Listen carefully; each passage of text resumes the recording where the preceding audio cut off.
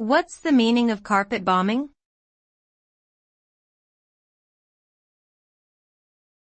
Carpet bombing.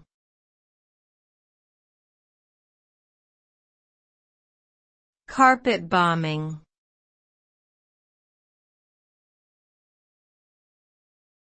Carpet bombing.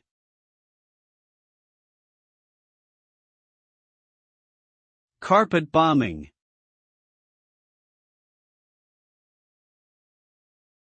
Carpet bombing is a military strategy that involves dropping a large number of bombs over a wide area to destroy or damage everything in the target zone.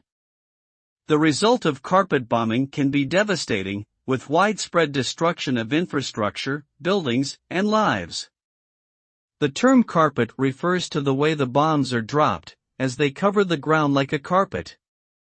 This tactic is often used by militaries to quickly and efficiently defeat an enemy, but it can also cause significant harm to innocent civilians and lead to long-lasting social and economic consequences.